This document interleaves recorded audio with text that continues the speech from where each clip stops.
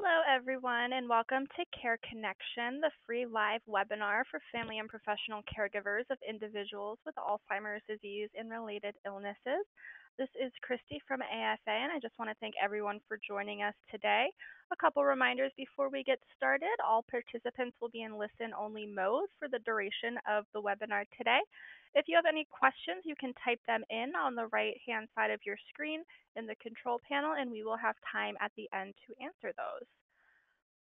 So today we have two very special guest speakers. So we have Susan Arthur from FINRA Investor Education Foundation and Laura Cook from the National Center for Victims of Crime.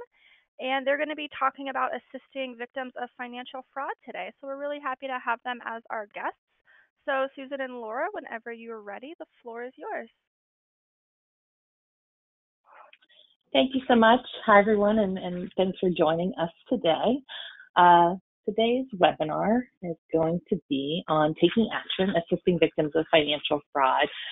This is a training that we've developed along with our Taking Action guide that you should have access. Actually, the guide is available online for free, and we'll tell you a little bit more about where to go, where you can download a free copy and order free copies later in the presentation.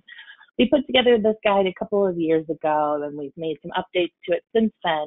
And when we first created the guide, we organized this presentation so that we could introduce audiences to how to use it and basically give a bit of a 101 of what is financial fraud, how do we identify it, and then how can we help victims who find themselves running into scams or other types of financial crime. So before we get into the guide, I'm going to talk a little bit about the National Center for Victims of Crime. For those that don't know us, we've been around for about 30 years, and we do a lot of different projects, including training and technical assistance projects, victim services. I've highlighted a couple of the projects that we work on. The National Crime Victim Bar Association is a group of lawyers that represent crime victims in civil litigation, and I'll also talk about them a little bit later in the presentation too.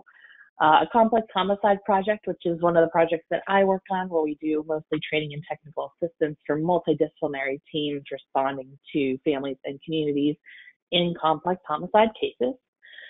We, of course, have our Financial Crime Research Center, which is the program at National Center that has partnered with the FINRA Investor Education Foundation, who I'll introduce next, to create this guide and create this training. And another program that I always like to highlight in these trainings is our National Compassion Fund. Our Compassion Fund was started when we, unfortunately, were seeing a lot of mass casualty events happening. The one good thing to come out of it is that people typically want to help after these events. They want to figure out how they can donate, how they can help the victims and the families associated with the events. And so we established a compassion fund that allowed people who wanted to help to donate funds and know that 100% of those funds would go directly to those affected by these horrible crimes. I bring it up in these presentations for a couple of reasons. First, because unfortunately after these events, we also often see fundraising scams happening. So fake GoFundMes and things of that nature. And we always like to warn people about them and be very careful about where you're donating your money and, making sure you're vetting any sort of GoFundMe or other web fundraising. Another reason I bring it up here is because another unfortunate thing that happens after these events is that once money is distributed to those affected to the crimes from the Compassion Fund, there is usually some publicity involved, and so perpetrators of fraud can find out that the victims are coming into a sum of money as a result, and then often target those victims for types of financial fraud and scams in addition to what they've already gone through. So as I introduce our next speaker, Susan Arthur with the FINRA Investor Education Foundation, I want to note that they actually helped us create a pamphlet for victims that were receiving money through the Compassion Fund so that they can think about how to utilize that money in the best way possible and make sure that they know the red flags to look out for as they may get targeted for a variety of fraud and scams. And so with that, I'll turn it over to Susan to talk about the FINRA and Industry Regulatory Authority and the FINRA Foundation. Thank you, Laura. And thank you all so much for joining us today. And lastly, many thanks to the Alzheimer's Foundation for inviting us. If I were able to see you all, I would normally ask for a raise of hands as to how many have heard of FINRA before. And I'm not going to do that, obviously, but FINRA stands for the Financial Industry Regulatory Authority. In a previous life, we were called the National Association of Securities Dealers, but our slice of the financial pie is really investments and securities. And we're the largest not-for-profit regulator of the securities industry in the country. And so really what that means is we are responsible for regulating over 630,000 investment professionals across the country who work for approximately 4,100 firms. And when I say firms, I mean broker-dealers, the Merrill Lynches of the world, Goldman Sachs, all the way down to the smaller mom-and-pop operations. And I am fortunate to work for the FINRA Foundation, and we are not on the regulatory and enforcement side, but are all about education, outreach, and research to really inform the messaging that we attempt to get across the country. My slice of the pie for the foundation is talking about investment fraud. And so with that, we have enjoyed a great partnership with the National Center for Victims of Crime, and we put our partnership together and created the Taking Action Guide, which is really the focus of this webinar today. And you can go for it, Laura. Thank you. And just very briefly, this guide, we have 4 sections. We really wanted to close the gap. You know, so much of our education and outreach is prevention oriented, yet we knew that there was a group of those folks out there who had fallen victim to financial fraud, and many of you folks work with them on a day in and day out basis. So we felt it was responsible to really look at developing a resource guide to help provide resourcing and messaging for those who've already fallen victim. So the guide itself really focuses on 4 broad areas of financial fraud. We look at mass marketing fraud, mortgage and lending fraud, investment fraud, and then, of course, identity theft, which is can really contribute to all of the other types of fraud. That's quite a wide girth of the type of fraud that it is. And we have tips for advocates and for victims themselves, as well as a wealth of different resources. So to help us with this, and really what is at the top and one of the major goals of the FINRA Foundation is to conduct research. As I said earlier, we really feel like when we can go out and conduct different types of research, it helps to inform the messaging that we share with intermediaries, law enforcement, etc. So in terms of financial fraud, it was really important to us to really understand, why is it that certain folks fall victim? Is there a particular profile that might explain? And while we do look at victim profiles for different types of fraud, what's really important to understand is we're all capable of falling victim. And it all has to do with where we are in our life and any vulnerabilities that we might be experiencing at that time. But as we continue to do the research, we also wanted to look at those riskier behaviors and how do the scammers really operate? You know, how are they able to pick out those particular people who may indeed fall victim as opposed to others who can just say no? And then, of course, what are the individual differences and how does this impact the reporting itself?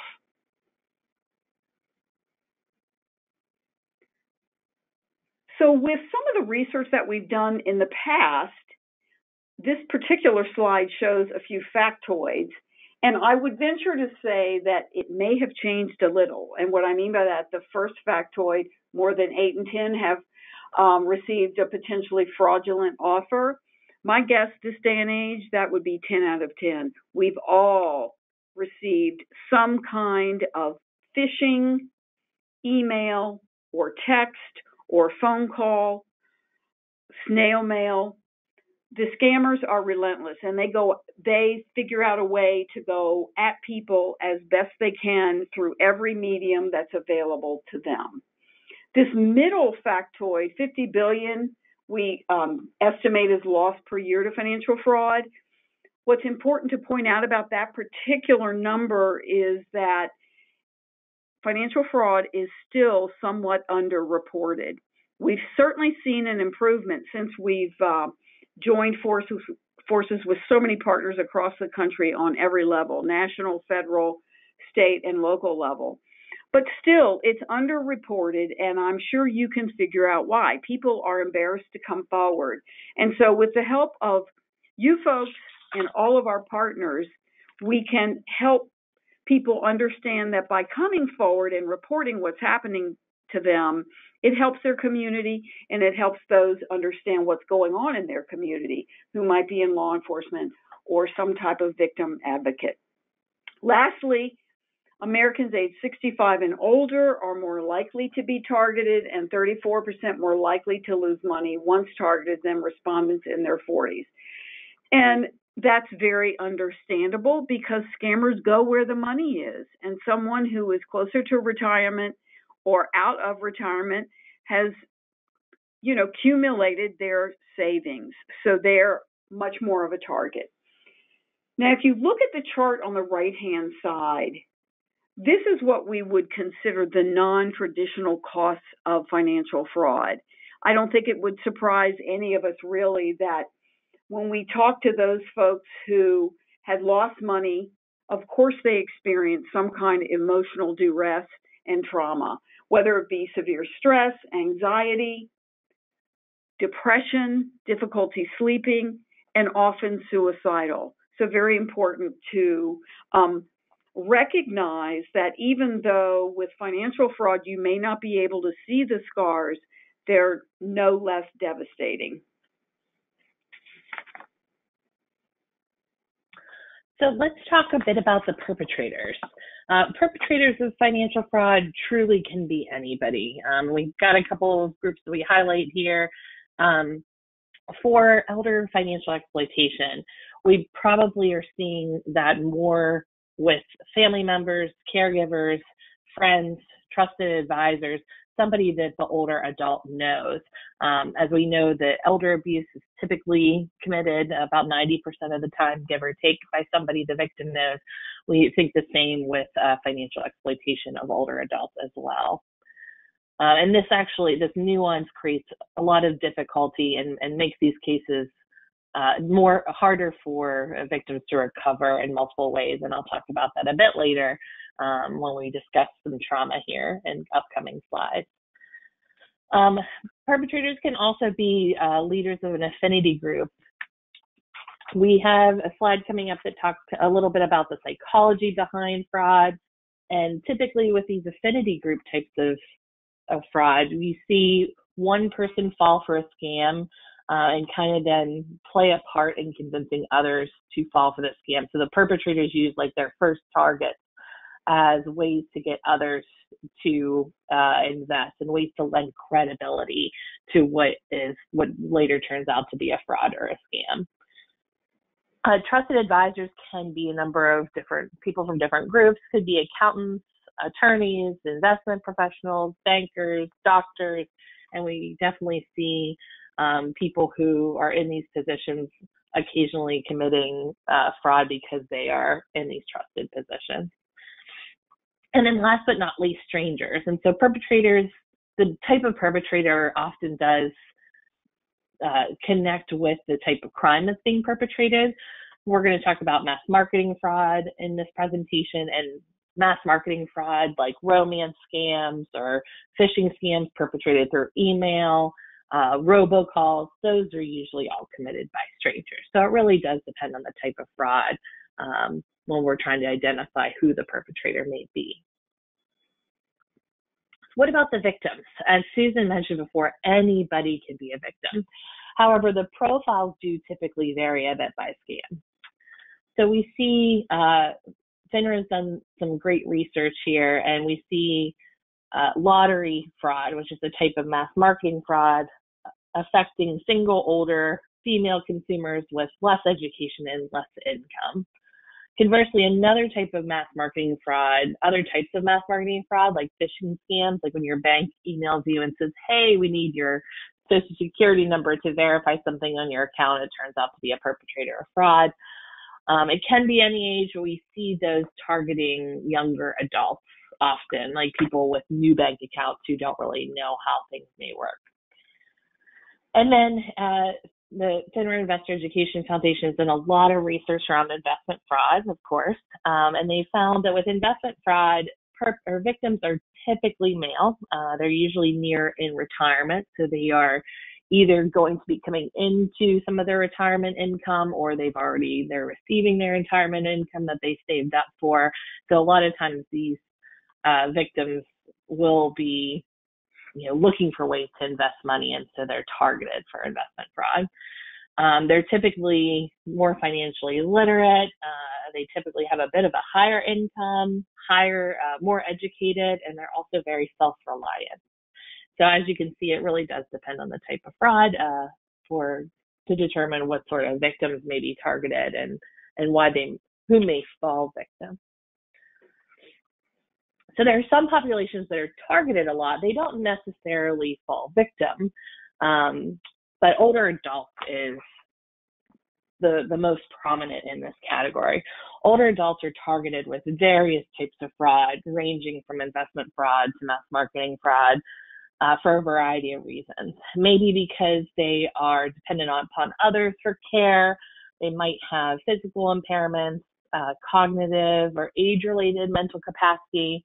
They may be grieving loved ones or they may be retired or near retirees.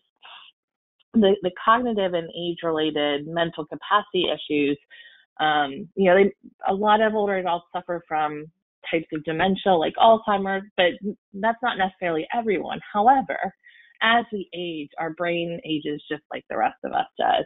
And unfortunately, a lot of times what is most affected is our higher processing functions, our frontal cortex that does that higher processing for us.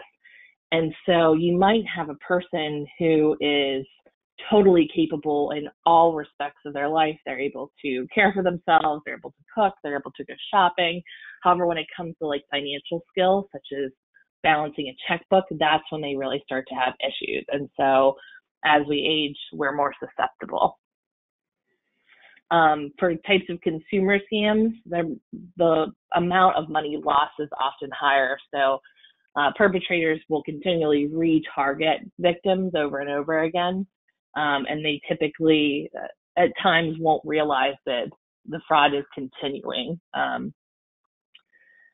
Older adults, however, are more likely to report fraud. We've seen in the past, I think, 10-ish years or so that there's been a steady increase in reports to the FTC from older consumers, which is great, because pretty much the first thing we tell people to do is to report anywhere that you can, because the more that you report, the more likely that you'll see some sort of recovery there.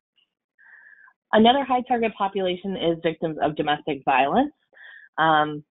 There's been surveys done of identity theft victims, and up to 15% of identity theft victims reported some form of domestic harassment or abuse from the perpetrator. So those of you that have dealt with domestic violence, other types of abuse, have probably heard lots and lots about the power and control wheel that plays a big part in those sorts of abusive relationships.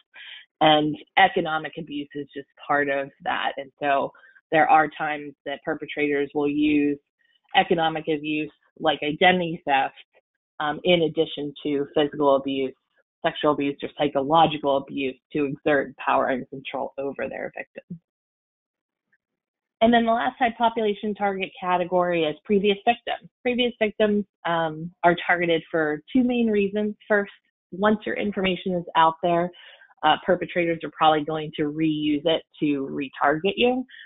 Perpetrators sometimes sell information from between each other. So if a perpetrator, there's been lists of people, names, phone numbers, other identifying information who have fallen for scams, and those lists can be very valuable in communities of perpetrators, and they may actually share and sell these lists to others. In addition, previous victims, if they've lost money, may be looking for ways to recover that money that they've lost, and so they might be a bit more susceptible in that way. And I'll turn it back to Susan to talk about some risk factors and go into that psychology section. Great. Thank you, Laura. If there's one word I would love for you folks to remember, it's the word emotion, because that's how the scammers are very clever. What they attempt to do when they're working with a potential victim is to move them into an emotional state, which is why, as Laura talked about in the last slide, previous victims are often re-victimized because they're already in an emotional state. Think about if you've lost your hard-earned money. Of course, you're not thinking rationally, so you may very well be re-victimized. And scammers are really good about moving someone from making a thoughtful and logical decision, which is that front part of the brain, to making a more emotionally based decision. And as we try to tell folks when we give this presentation, never make a financial decision of any kind if your heart's racing or your palms are sweaty. Yet it happens so often because scammers are that good, and through the use of emotion in psychology, they do it. What's interesting with this particular slide and the first graphic, repeatedly targeted, in research that we performed, what was interesting is that regardless of age, what we have learned is if individuals are continually targeted, let's say there's some proposal or proposition that they've received via snail mail, then they get calls about it, it just starts to wear them down. And that's why many folks fall victim. Now, what we also have learned separately with older adults, when emotion is incorporated into some type of proposal, they are much more likely to fall victim. And that sort of plays into what we've learned already as we get older and we're going through life experiences and different changes. We are more vulnerable, and therefore making rational and thoughtful decisions may be a little more challenging because there's emotion involved in it. So that's really what's behind all of this. Really important to remember, never make a financial decision when your heart is racing and your palms are sweaty. So in addition to emotion, this next slide really talks about how fraud happens. So scammers, along with incorporating emotion into their pitch, they use what are really nothing more than very legitimate sales tactics. If they're called sales tactics if they're used legitimately. If they're used by fraudsters, we call them the red flags of fraud. This particular slide includes the top 5 that we learned from research, although there are many different types of tactics that are out there. I would say it's really not important to remember the names as much as it is that they can very easily move an individual from being rational into an emotional state. So, for instance, Phantom Riches. That was the Bernie Madoff special. If it sounds too good to be true, it probably is. So these are false guarantees. For his particular Ponzi scheme, he guaranteed 9% across the board, regardless of market performance, which just doesn't happen. So that is why it's called Phantom Riches. Yet you can imagine if somebody is in dire straits, they're probably already in a vulnerable state. They want to make money. So that opens the opportunity for them to fall victim even more. Over to the right, source credibility. This is something that we all long for, if you will. And what I mean by that is we want to deal with individuals who are professionals in their chosen field. If you're going to get your knee operated on, you're not going to go to a dentist. You're going to do the homework necessary to find an orthopedic surgeon. Well, the other side of the source credibility coin is that it can be faked. Somebody can rent a corner office and put diplomas on their wall and pictures of celebrities, and voila, they're a professional, when in fact, they are not a professional at all. Bottom left is social consensus. And this has to do, Laura talked about affinity fraud a little earlier. This is probably the tactic that's most closely aligned with affinity fraud. And the tagline for it is, if everybody's doing it, it must be good. And I can so easily see how this type of fraud can occur. Think about an example of an affinity fraud might be in the military or in some type of religious or church organization.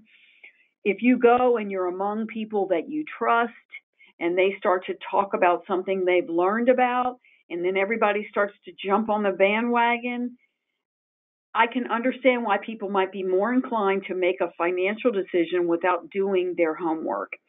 And so that's what we're always stressing. Walk away and do your homework before you ever sign on the dotted line. This bottom tactic is called reciprocity. And this is something that's ingrained in all of us. We're all raised to reciprocate. And what I mean by that is, think about if you're invited to somebody's house for a meal, lunch or dinner. You're probably going to take something to reciprocate. You might take flowers, you might take a bottle of wine, who knows? But that's where reciprocity gets in. And if you've ever received invitations to these free lunch or dinner seminars, reciprocity is greatly at play here. And we're not saying that all these free lunch and dinner seminars are fraudulent. We just recommend that you proceed with a great deal of caution. Because what happens is, let's say you want to go to Ruth Chris's Steakhouse and you've gotten a free invitation to go there to listen to something about some program, but you're going to get a free steak. So you might very well decide to go. Then you have a great time, you hear something about some proposal, but you don't really remember what it is, and then you go home. And then a couple of days later, you get a call or an email from the individual who hosted the dinner. And you just may very well have reciprocity kick in your brain, because you start to think, oh gosh, I had this great dinner, I didn't have to do anything, and now they want to mail me information. We just recommend that you just say no. However, reciprocity is at play here, and it's a pretty strong tactic if indeed you got a meal for free. So we recommend you don't go at all or just say no. But that's really what's at play with these types of events. And then lastly, of course, is scarcity. And scarcity is that tactic that we're all familiar with, that is used at the end of a proposal or a pitch. And essentially it relates to product scarcity. I only have one of these left at this price. It's going to double in price tomorrow. Or it might be time scarcity. You better get it today because tomorrow it triples in price. So we're all familiar with that in many different venues. All you really have to do is turn on the TV and watch America's favorite pastime, the home shopping networks, and you'll see all of these tactics at play in a very legitimate way. On the next slide, I would just point out that in 2019, we published a report that was called Exposed to Scams, What Separates Victims from Non-Victims. And in this particular report, we partnered with the Better Business Bureau and Stanford University's Center on Longevity. And essentially, we used the Better Business Bureau's Scam Tracker reporting tool, which is available And all you really need to do is go Google BBB Scam Tracker, and I highly recommend it. It's a great tool to go and see what scams are occurring in your neighborhoods. And it's also a reporting tool, and we encourage folks to report what's happened to them via this particular tool. But certainly what we learned, we wanted to understand from those people who had used the scam tracker reporting what differentiated victims from non-victims. And so I think what's really important to point out is on the far right, which is the reasons why victims engaged. They're talking to people that they thought seemed official. They were under time pressure. That's where scarcity was probably incorporated. I thought the person was nice. I worried about missing out on an opportunity. And all of those also demonstrate that those particular people who probably did fall victim were in some kind of more vulnerable situation. For instance, that last bullet, I worried about missing out on an opportunity. That particular person probably was in need of that particular opportunity, whatever it is. And so the emotional part was more at play here.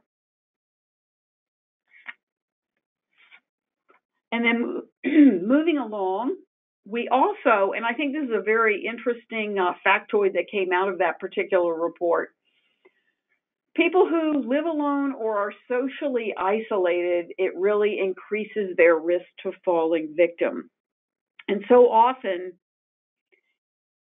because we encourage people to talk to someone, if they don't have anyone available to talk to, they may very well be inclined to lose and likely to lose money.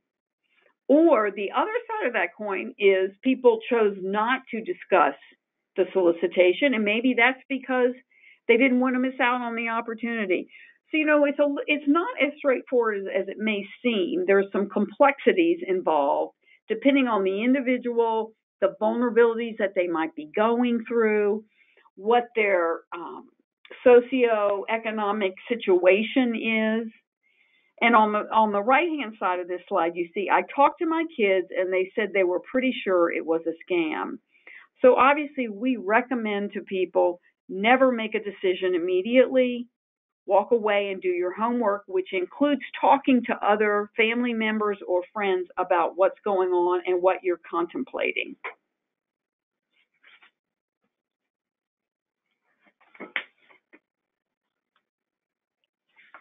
So I'm going to talk a little bit, switch gears a little bit, and talk a little bit about having a victim-centered and trauma-informed approach when we're working with victims of financial fraud. I'm not going to go too far into this because I hope that a lot of you have had some training on a trauma-informed response in the past. The reason why we include it here and included it in the guide is because a lot of times we see people taking financial fraud a bit less seriously than maybe other types of violent crime. And understandably so if you don't really understand what can go into these types of fraud and how devastating they truly can be. So having a trauma-informed approach to these types of crimes, just means understanding the impact of trauma and how that may manifest in the people you're working with. Emphasizing all different types of safety when we are helping people recover, because first and foremost, they have to be and feel safe before they can work on their recovery, and creating opportunities to regain control over their lives. As when somebody is a crime victim, it means that they were out of control of what was happening to them for a period of time. And so helping them regain that control can be really empowering. So the three tenets to a victim-centered approach, that trauma-informed care is a big one. The second one, setting expectations, and I do personally think this is a really important one, as we run a helpline that I'll tell you about in a little bit. And one of the things that tends to always happen is that people call and say, you guys can help me get my money back, right? Because nobody's really talked to them about what to expect when they are reaching out to resources. And at times, nobody had that difficult conversation where you have to tell people that financial recovery is difficult to achieve. And the last tenet of a victim-centered approach is building collaborations. As we found that multidisciplinary teams and other collaborative efforts really, really help victims and make their recovery process better, we want to emphasize and encourage you to look into those sorts of collaborations. So everybody has this fluctuating equilibrium. We can handle good things, we can handle bad things that happen to us on a daily basis. Trauma, however, is a uniquely disruptive event, and an event becomes traumatic when it strains one's capacity beyond what is typical and exceeds our abilities to adapt and change. So everybody may encounter situations differently. What might be traumatic for one person may not be traumatic for another. Financial victimization can be traumatic if it is unique and disruptive enough to make it difficult for victims to reestablish their normal equilibrium. The brain has a number of responses to trauma, and these are just some of them. What we like to do is we know that when somebody's been a victim of a financial crime, they are going to, most definitely going to exhibit these sorts of symptoms. But what about when they become a victim of a financial crime? The fear and terror. If somebody goes in to check their bank accounts or their retirement savings and sees a balance at zero, can be so scary. Just imagine losing your life savings, particularly at an older age when you've been saving that money over a very long period of time. Anger, fear, and outrage, and confusion and frustration. We see these a lot of times in situations where the perpetrator of the fraud is somebody that the victim knows. More so probably confusion and frustration because it typically is somebody that they trusted. And at times you'll also see anger and those sorts of emotions too.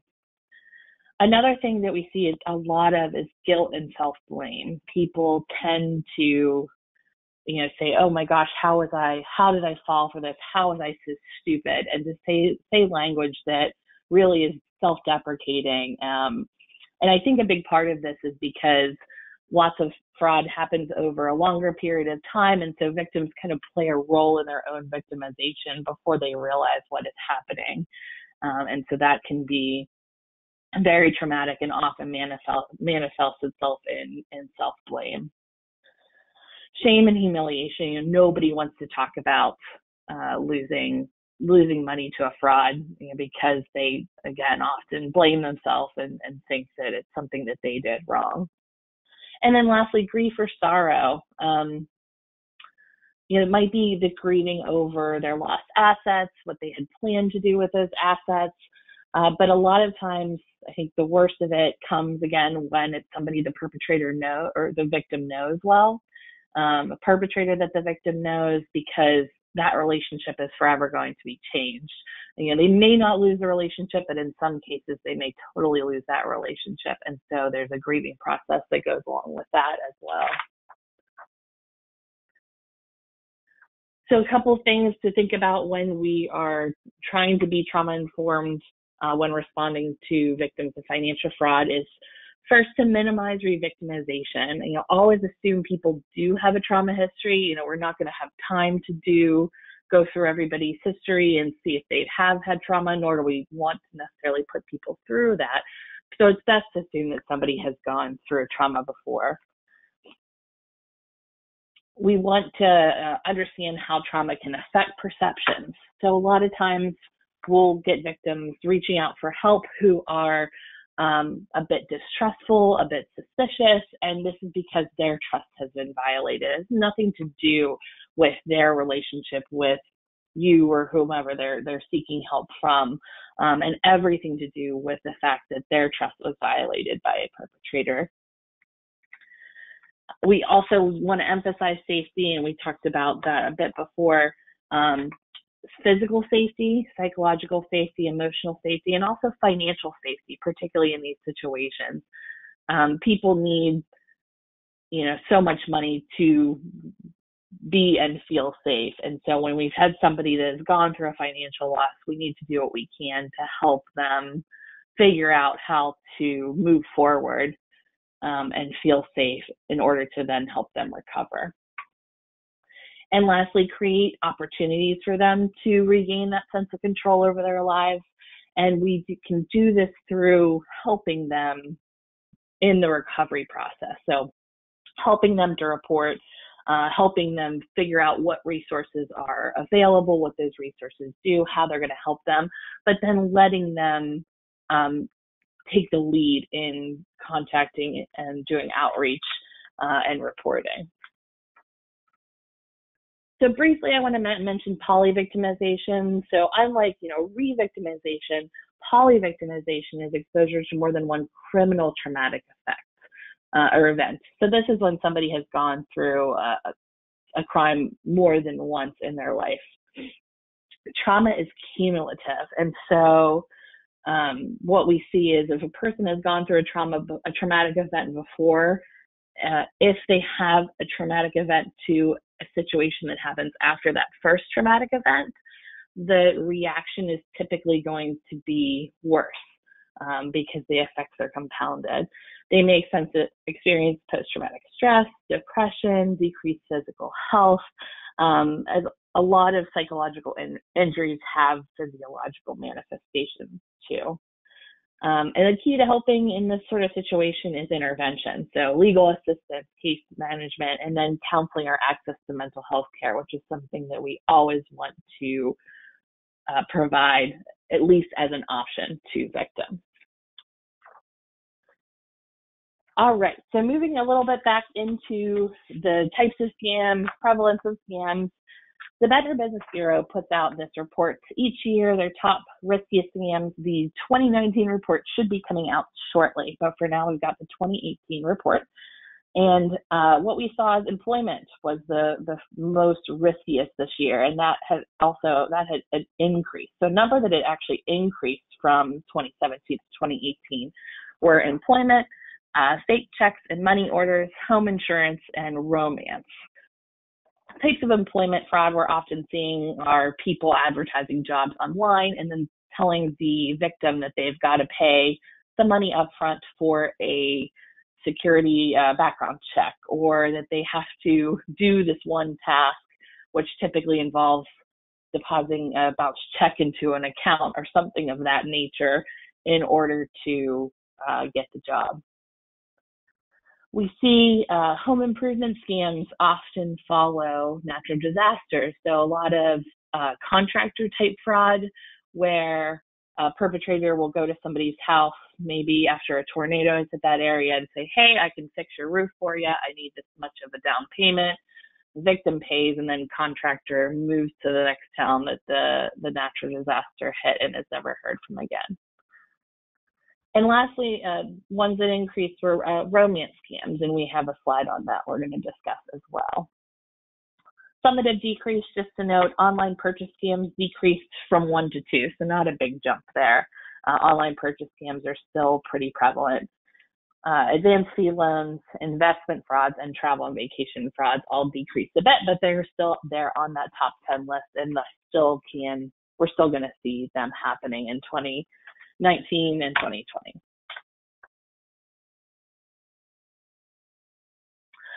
And because we're presenting to an audience who I assume typically works more with older adults, I have this report from the Senate Special Committee on Aging, where we look at and see what types of scams older adults are reporting. So as we said, the older adults are reporting more to the FTC, which is great. They're reporting more to various resources, like the Senate Aging Committee's fraud hotline as well. And so we can kind of see the number of complaints. Now, this doesn't necessarily mean that people fell victim.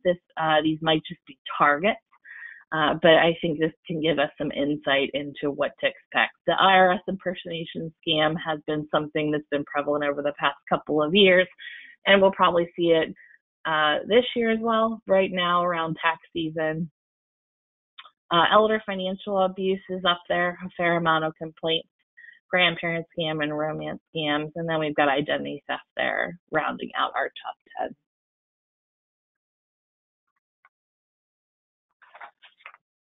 So I do want to put a spotlight on romance scams, and the reason we kind of highlight this type of scam, which is typically a mass marketing scam committed by an unknown perpetrator or somebody has met online and has never met in person, is because the amount lost tends to be pretty significant.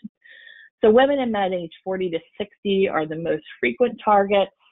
The romance scams are number one in reported losses. So of over 21,000 reports, we've got losses totaling about $143 million. The average loss is $2,600, so it's 7 times higher than other frauds. And that number I don't think does it justice. I think there are a lot of romance scams where the average loss is around that much, maybe a little lower, maybe a little higher. What I found in working on our hotlines and things like that is the victims who typically reach out to me about romance scams have lost hundreds of thousands of dollars, if not more. And so they can be really, really devastating.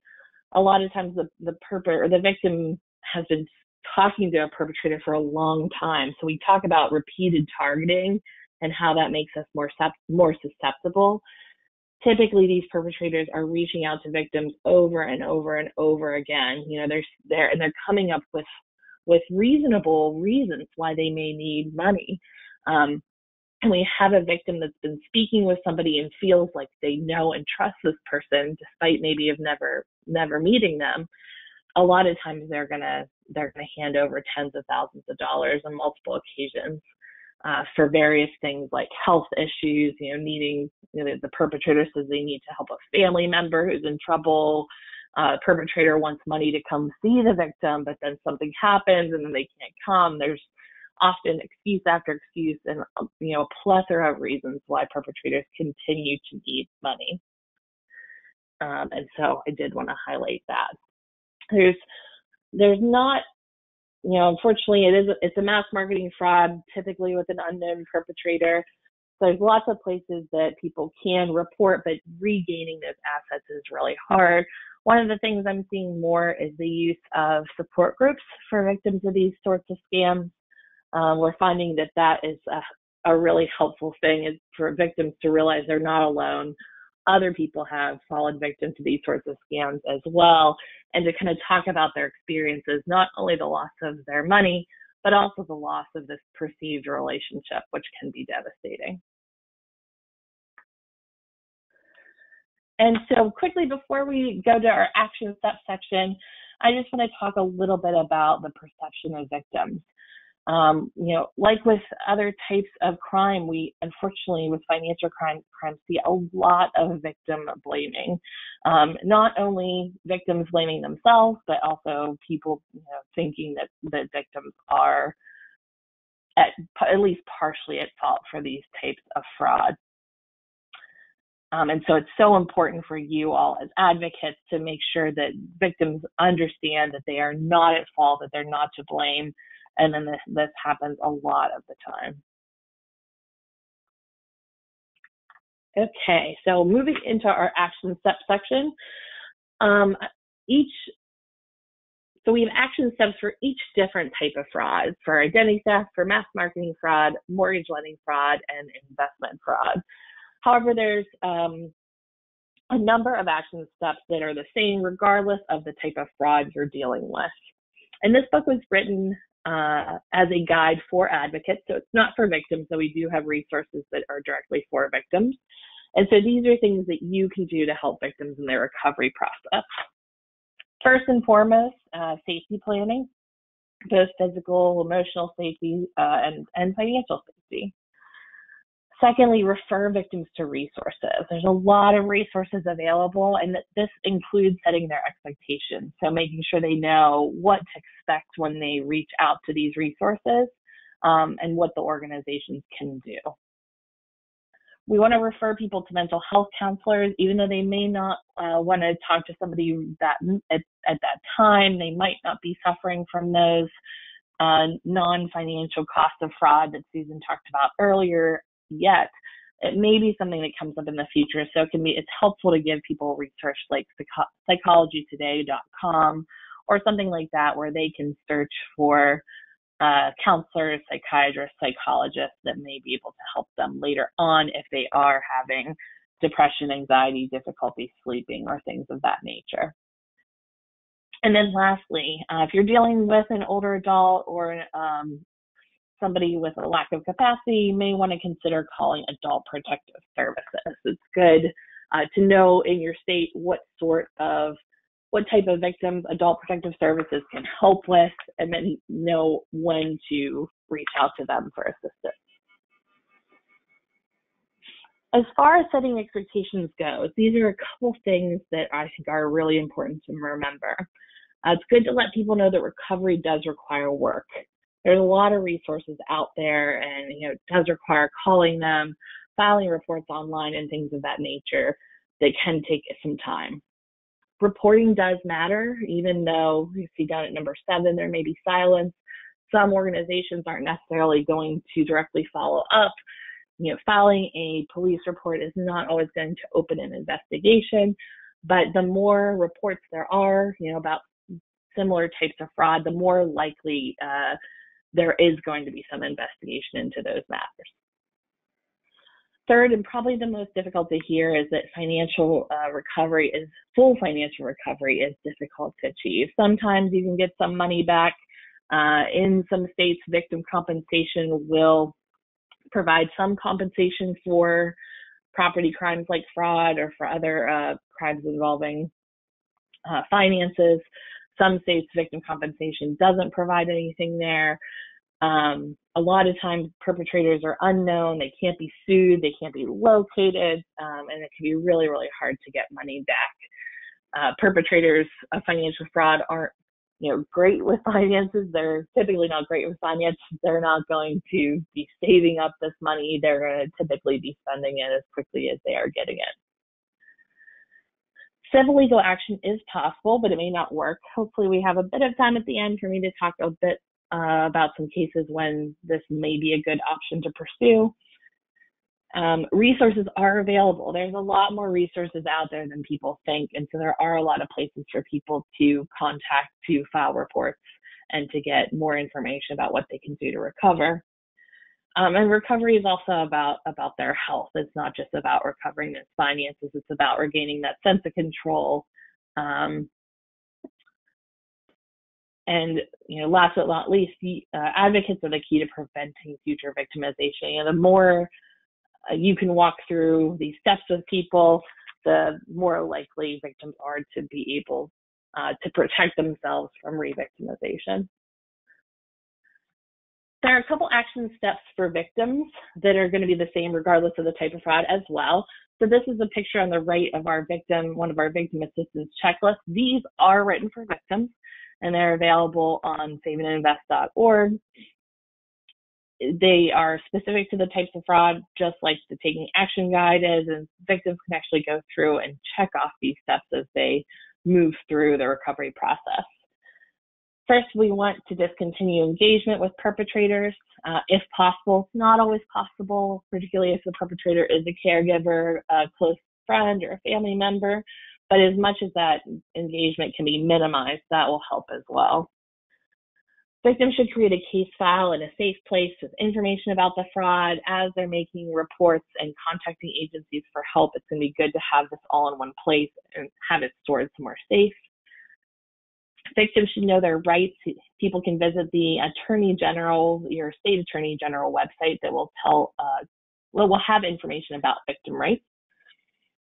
And they should report the suspected fraud widely to law enforcement, the Federal Trade Commission, any attorney general, consumer protection units, U.S. Postal Inspection Service, IC3, which is the Internet Crime Complaint Center, other regulators, so security regulators if you're dealing with an investment fraud, or insurance regulators if you're dealing with that sort of fraud, as well as the Better Business Scam Tracker, which is a great place to report.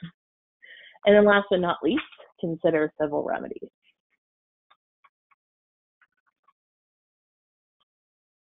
Alrighty, so let's look at some very broad steps that you can take and that we try to share with victims of fraud. First of all, of course, I think it makes a difference depending on the type of fraud. So let's say you get some type of phishing email or even through text, which seems to be what I'm getting lately. I seem to have bought all these packages from Amazon, and I need to click on links that are text messages when in fact I haven't bought anything from Amazon recently. So those types of fraud attempts, very straightforward. We can say don't click on links, right? That's a pretty easy message, sometimes hard to comprehend. But when a person is involved, it's a little more challenging. So for investment fraud, for instance, one of our mantras is before you invest, ask and check. And really what that means is ask lots of questions, walk away, and check the answers. Because certainly what we've learned from research is that if there is an individual involved in any type of proposal that's trying to get your hard-earned money, and if it is fraudulent, the more you ask questions and the person is a scammer, the less likely they are going to stay with you because they want to keep the control in their own hands. They want to keep being the fast talker and just get you to sign on the dotted line, which is why asking questions and checking the answers is so critical. As part of checking the answers, very important to go to independent resources, as well as what we learn, talk to family members and friends about what you're contemplating, especially if it means signing on the dotted line. And of course, we also, in addition to that, encourage everyone to focus on their financial health and improving their own education as it relates to money, because what we've learned from the Better Business Bureau exposed to scams research is that knowledge truly is power. That old adage, for whatever reason, was proven to be the case in this particular research, which was great. So the more we know about what we're dealing with, we're probably going to be more inclined to make more thoughtful and educated decisions using the front part of our brain, not the emotional part of our brain. So this next slide really just reinforces there are many different organizations out there who are helping to fight the good fight as it relates to financial fraud. You may be aware of AARP's Fraud Watch Network. They also have a great website. Encourage you to go there. The Better Business Bureau. We've talked about the Scam Tracker.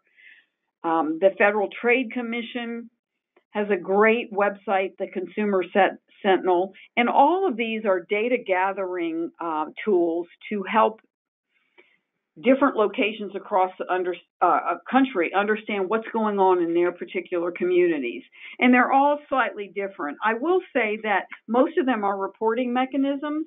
However, the Better Business Scam Tracker, depending on the type of report, will connect you with law enforcement. So that's a slightly different model. And then, of course, the SEC's investor.gov is a great resource as well.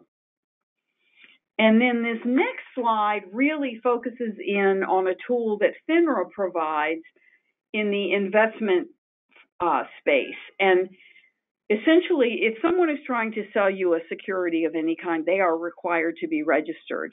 And we have a tool that's online and free of use called BrokerCheck. So if you work with any kind of investment professional, you should be able to go to BrokerCheck, put their name into the tool, and then what will come back is hopefully they're in the system if they're buying or selling securities for you. And it will also give you the education and work history that they have, what tests they've taken to be licensed, because they're required to be licensed. And probably most interesting, there also is a disciplinary tab. And so in this tab, if customers have ever filed complaints, all of this is available on this BrokerCheck tool. So a wonderful tool that's gotten a lot of recognition. I encourage you to use it if it's something that you think will help you with some of your clients or yourself. And then, of course, this next slide, just to reinforce, knowledge is power. You'll see that those people did not engage if they knew more about the scam type or had had experiences with the scam. So it just goes to show you that if they knew the methods of scammers because they'd heard about it or been exposed to it, it helps to open their own minds to protecting themselves as well as their loved ones. And then lastly, when fraud is suspected, we talked about this a lot, but it's really important to recognize that that person is probably still under the ether. And I talked about this a little earlier. And what that means is they're still in very much of an emotional state. So that is going to impact the quality of the decisions that they make. So hopefully they are not going to be exposed to other types of fraud, because that's when the scammers are really good about detecting vulnerabilities. Always encourage your clients, victims, whomever to report, because then that helps everybody in that neighborhood in the long run. And we talked about the checklists that we have available for victims to help in their own recovery, because it makes sense. If a victim gets involved in his own recovery, it's going to help he or she in the long run. And then, of course, lastly, share prevention resources. Every organization out there wants to help, and it may mean calling multiple organizations, but that's okay because you will see results. And then our last tool that FINRA offers is our Securities Helpline for Seniors. And this is a great tool, a toll-free number that you can call if you're working with a victim who thinks that somebody might be messing with their accounts or they think they've been defrauded. A good place to start is our Securities Helpline. And what's good about calling this number is if what you're asking about really doesn't fall under our purview or it's not in our lane, we'll get you connected to the right organization that can help you. And so with that, I'll hand it over back to Laura. Thanks, Susan. And I know we're over time, so I'm just going to quickly mention civil justice. Cases in which these are typically, civil justice is usually a good option, is often investment fraud like Ponzi schemes, because in those cases there is often money that can be recovered. And so victims can email attorney referrals at victimsofcrime.org. And we can, if we have an attorney in the victim's area that specializes in assisting with fraud cases, we can refer them. Victims can also try their state and local bar associations if they want to reach out to an attorney, and sometimes legal services can help with these sorts of issues as well. One last slide about networking and partnerships. Part of the victim-centered approach is to build collaboration so that we are providing a more comprehensive response to victims. So if you are involved in a multidisciplinary team, that's amazing, and it really does make a difference. If you're not, I do encourage you to find out if there are any in your area. And if not, if there aren't any, it may be something that you want to talk to your colleagues and consider starting. And we have resources for that I'd be happy to share. And you can email me. I'll have my email up here in a second. Taking Action Guide, as promised, we told you where you could order it. It's at saveandinvest.org, our partner toolkit. You can order free copies. You can also download it in PDF form. And here is a slide with our information if you have additional questions. And I'm not sure, I see there's a couple questions that popped up. I think the one that I wanted to make sure that I answered was, what is our helpline number? I'm so sorry, I thought that was in our materials later on in the PowerPoint, but it was not. Our helpline is our Victim Connect helpline, which provides resources and referrals to any type of victim of any type of crime throughout the country. It is just a referral, resource, and referral line. So they're not going to do case management or anything like that. But that phone number is 1-855-4-VICTIM. Again, it's 1-855-4-VICTIM. Right now, we're operating at a bit more of a limited time schedule. I believe that it's only operating from noon Eastern to 5 p.m. Eastern, but those hours should be expanding Again, they were broader and we had to reduce them for a number of reasons, but they should be expanding again. But from 12 to 5, you can call and there is chat available as well. Once again, the number 855-1855-4-VICTIM. Great. Well, thank you, Laura and Susan, so much. We are out of time for today, so if anyone has any other questions, you can reach out to the two of them. Their emails are on that screen there. We'd love to welcome you back next month on March 12th for our next talk with Dr. Ebony Green. She's going to be talking about burnout and self-care.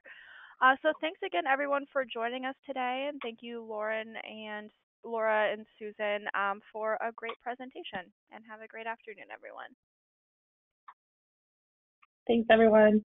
Thank you.